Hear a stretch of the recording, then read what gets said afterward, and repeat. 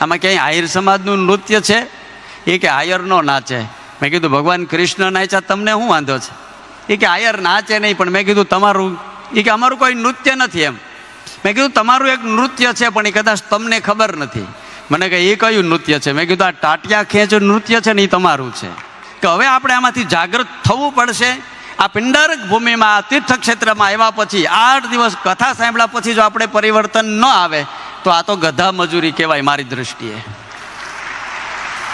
આ પરિવર્તન લઈ આવવું જોઈએ. અને આ લઈ આવવા માટેની આ વાતો કહું છું. દર વખતે હું દ્રષ્ટાંત આપું છું અને પાછું આપીશ એટલા માટે જ આપું છું કે હું નજરે જોઉં છું એટલા માટે. મુળુભાઈ એક વખત એક કાર્યક્રમમાં જવાનું થયું. વિક્રમભાઈ પણ બેઠા છે. વડીલો આની ચિંતા કરે જ છે. કદાચ એ રજૂ નહીં કરી પણ ચિંતા કરે છે. આગેવાનોની ખૂબ ચિંતા છે. અને એમાં ગિરિબાપુ ઘણા બધા નૃત્યો હાલતા હતા. એટલે મેં એમને બીજા 4 છોકરા આહિર સમાજના મારી ભેગા હતા. મેં એમને પૂછ્યું કે આ નૃત્ય સરસ મજાનો સાંસ્કૃતિક કાર્યક્રમ છે, આમાં ભાંગડા નૃત્ય અને પંજાબી નૃત્ય અને આદિવાસી આ બધા નૃત્યો છે, આમાં ક્યાંય આહિર સમાજનું નૃત્ય છે? એ કે આયરનો નાચે. મેં કીધું ભગવાન કૃષ્ણ નાચ્યા તમને શું વાંધો છે? એ કે આયર નાચે નહીં. પણ મેં કીધું તમારું, એ કે અમારું કોઈ નૃત્ય નથી એમ. મેં કીધું તમારું એક નૃત્ય છે પણ એ કદાચ તમને ખબર નથી. મને કહે એ કયું નૃત્ય છે? મેં કીધું આ ટાટિયા ખેંચ નૃત્ય છે ને એ તમારું છે. અને આ ટાટિયા ખેંચ નૃત્ય બંધ કરવાની જરૂર છે. આ ચાલુ રાખવાની જરૂર નથી. તો તમારો ઉદ્ધાર થાય, તો તમારું કલ્યાણ થાય. આ નૃત્ય બંધ કરો. ટાટિયા ખેંચવાનું બંધ કરીને હાથ પકડવાનું ચાલુ કરો. હાથ પકડીને આગળ લઈ જાઓ. જે પડેલો છે એને ઊભો કરો. ઊભો છે એને દિશા આપો. જે પડ્યો છે એને ઊભો કરો. ઊભો છે એને દોડતો કરો. અને દોડે છે એને દિશા આપો. ત્યારે તમારું કલ્યાણ છે, ત્યારે તમારો શ્રેય છે. આવડો મોટો સમાજ જ્યારે ભેળો થયો હોય ત્યારે આ દુનિયા વિશ્વ નોંધ લે છે. કારણ કે કોઈ કવિ કોયલો છે, મન હરે માખણ ખાવે ને મધુરી બજાવત વેણ, ધન ભાગ્યા આહિર તણા જ્યાં કૃષ્ણ ચરાવત ધેન. જ્યાં કૃષ્ણ અખિલ બ્રહ્માંડના અધિપતિને એમ કહેવું પડ્યું હોય કે યદુવંશીમાં મારે જન્મ લેવો છો તો તમે કેટલા સદભાગી હશો. અને એ જ્યારે કૃષ્ણ માખણની વાતો કરો હોય, એ કૃષ્ણ દૂધની વાતો કરતો હોય, ત્યાં પછી આપણે હાથમાં દારૂની બોટલ હોય તો કેવા લાગીએ? આ ચિંતન તો કરવું જોઈએ આપણે. આ ચિંતન જો આપણામાં ન આવે તો, કારણ કે આ સમાજ ડિસિપ્લિન અને અનુશાસનને વરેલો સમાજ છે. આ યાદ રાખજો. ઇતર સમાજ તો આમાંથી નોંધ લે છે. કદાચ તમને નહીં ખબર હોય, મુળુભાઈ પણ અહીં બેઠા છે અને વિક્રમભાઈ પણ બેઠા છે. પૂછો, અમે તો જાહેર જીવનના વ્યક્તિ છે. મુળુભાઈ ને વિક્રમભાઈ રાજકીય ક્ષેત્રમાં જાહેર છે, અમે આધ્યાત્મિક ક્ષેત્રમાં જાહેર છીએ. એટલે અમને બધી ખબર છે કે ઇતર સમાજ આ નોંધ કેવી લે છે. ડિસિપ્લિન અનુશાસન આપણે. અને બીજી વાત તમને કહું, જ્યાં શાસન ન હોય ને દુશાસન ફાવી જાય. જ્યાં શાસન ન હોય ને ત્યાં દુશાસન ફાવી જાય. અનુશાસન એ આપણો પહેલો ગુણ છે. અનુશાસન ચોક્કસ હોવું જોઈએ. અને અનુશાસન આપણે દરેક વ્યક્તિ આને અનુસરવું પડે કે આ કથા મારી છે, મારા માટે છે અને હું એનો જવાબદાર છું. જ્યારે જવાબદારી આપણને સમજાય, પોતાનું કર્તવ્ય આપણને સમજાય કે આ મારું કર્તવ્ય છે, આ મારી ફરજ છે, આ મારે જ કરવાનું છે, આ જ્યારે તમને સમજાય ત્યારે નક્કી થશે. આ કથા સાંભળ્યા પછી આવા રાગ, દ્વેષ, ઈર્ષા, અહંકાર આવી જે વૃત્તિઓ છે, જેને દ્વેષ વૃત્તિ કહેવાય, તેજો દ્વેષ કહેવાય, આમાંથી બહાર નીકળજો કે હવે મેં કથા સાંભળી છે. એક વખત ગિરિબાપુ એક કાર્યક્રમ અમારે 4 દિવસ, જેમાં પિંડારામાં 4 દિવસ થાય કાર્યક્રમ અમારે રોકાવાનું થયું. કારણ કે આપણે ધાર્મિક ખૂબ છીએ પણ આધ્યાત્મમાં હજી બહુ આપણે પાછળ છીએ. ધાર્મિકતા અને આધ્યાત્મમાં બહુ મોટો ફરક છે, આ યાદ રાખજો. બાહ્ય દેખાય છે બધી ધાર્મિકતા છે, બાહ્ય વિકાસ થાય ધાર્મિકતા છે, ભીતર જ્યારે વિકાસ થાય એ આધ્યાત્મિકતા છે. આ બહુ મોટું પ્રવચન છે એટલે પ્રવચન નહીં કરું. એ કાર્યક્રમમાં મારે જવાનું થયું એટલે એક ભાઈ રોજ આવીને બેસે અને રામાયણની વાતો કરે. એટલે મેં એ ભાઈને પૂછ્યું કે તમે આટલી બધી સરસ રામાયણની વાતો કરો છો એટલે તમે ઘણો બધો અભ્યાસ કર્યો લાગે છે. મને કે હું 17 વખત રામાયણ હોહરો નિહીરો છું. એટલે મેં કીધું ખુશી થવા જેવી વાત છે. બીજા દિવસે એ ભાઈ અચાનક અમે બહાર જતા હતા ને મળી ગયા. મને કે આવો આવો, મારું ઘર અહીંયા જ છે, આવો ચા પીવા. મેં કીધું હાલ જઈએ. અમે 2-3 મહાત્માઓ હતા એટલે અમે જતા હતા. એટલે ભાઈ, હવે ગામડામાં આપણને ખબર છે કે બહુ મોટા ફળિયા હોય. મને કે અહીંથી તમે જાઓ ને હું આમ ફરીને આવું. મેં કીધું એવું કેમ? અમે અહીંથી જઈને તું આમ ફરીને આવ્યો, એવું કારણ શું? મને કે કારણ કાંઈ નથી, હું આવું જ છું.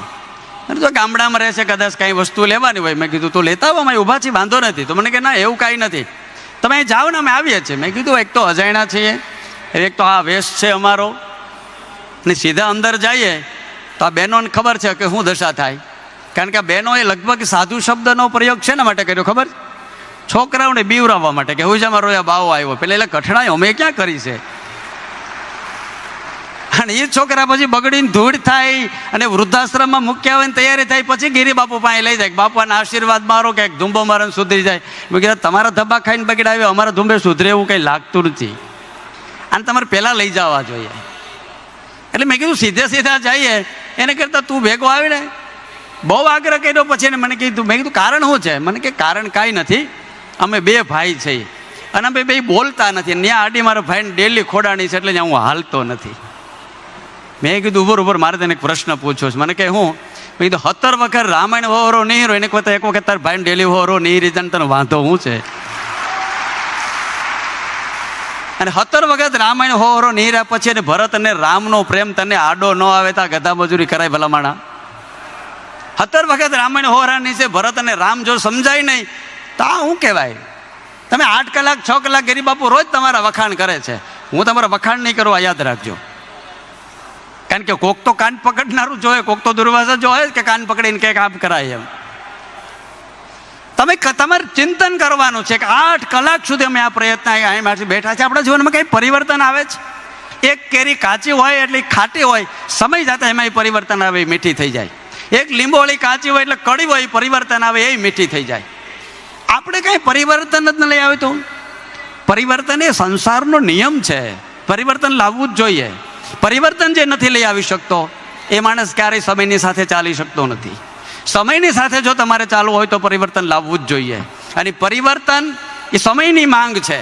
આ સમયમાં ને દરેક ક્ષેત્રમાં, પછી રાજકીય ક્ષેત્ર હોય, સામાજિક ક્ષેત્ર હોય, આધ્યાત્મિક ક્ષેત્ર હોય, કોઈ પણ ક્ષેત્રમાં તમારામાં પરિવર્તન નહીં આવે તો કલ્યાણ નહીં થાય. યાદ રાખજો.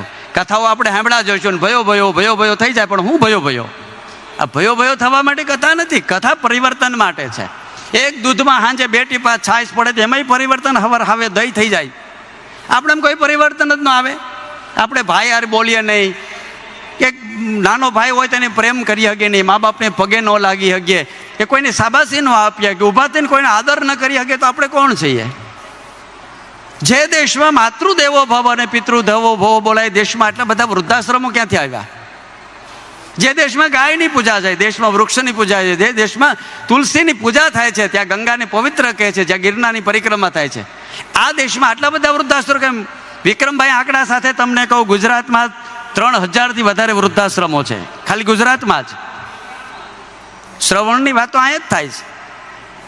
ગણપતિએ મા બાપની પરિક્રમા કરીને બધા વર્દોને રીધિ સિદ્ધિ મેળવી લીધી, વાતો અહીંયા જ થાય છે. તો અહીંયા એટલા બધા વૃદ્ધાશ્રમો કેમ આવ્યા? કારણ કે આપણે ક્યાંક સંસ્કાર આપવામાં બહુ લુપ્ત થયા છે, ક્યાંક મોડા પડ્યા છે. તમારું બાળક એ તમારું ભવિષ્ય છે, તમારું બાળક એ વિશ્વનું ગૌરવ છે, તમારું બાળક એ તમારી શાન છે. એને નાનપણથી આ સંસ્કાર આપો. તમે હિન્દુ છો એની ઓળખ કઈ છે તમારી પાસે? આજે તો હમણાં ઘણા બધા છોકરા બેઠા છે ને કહેતો, તમે હિન્દુ છો એની ઓળખ કઈ તમારી પાસે? તમારા કપાળમાં તિલક નથી, તમારામાં ચોટી નથી, ધોતી નથી, પાઘડી નથી, તમને એક હાલો ગાયત્રી મંત્ર આવડતો નથી. તમે ક્યાં હિન્દુ છો? કયા એંગલથી હિન્દુ છે પૂછો. અન્ય ધર્મના લોકોને તમે જોઈ લો, એના ધર્મનો કેટલો આદર કરે છે, એના ધર્મના વડાઓ છે એનો કેટલો આદર કરે છે. આપણે ક્યાં ઊભા છીએ? ધનસુખનાથ બાપુ રોજ ઠપકો દેતા હું જોતો હોઉં, એટલે આવે ને રામ નારાયણ કરવા તો રામ પરાયણે હાથ પકડે કે રામ, પણ એલા પણ અમે તમારા વ્યવહાર નથી, અમે સાધુ છીએ, અહીં પગે લાગતા શીખ. આ શિષ્ટાચાર છે, આ શિષ્ટાચાર આપણે શીખવો જોઈએ. એનો ભાવ સાચો જ હશે, એમાં નો ડાઉટ, એનો ભાવ ખૂબ સારો છે, પણ શિષ્ટાચાર પણ હોવો જોઈએ. આ બાળકને પહેલાં શીખવાડો. આ માતાઓને કરબદ્ધ પ્રાર્થના કરું છું, તમારા બાળકને સારા સંસ્કાર આપો. ભલે એને સારી સ્કૂલમાં ભણાવો, પણ એને સંસ્કારનું સિંચન તમારી જવાબદારી છે.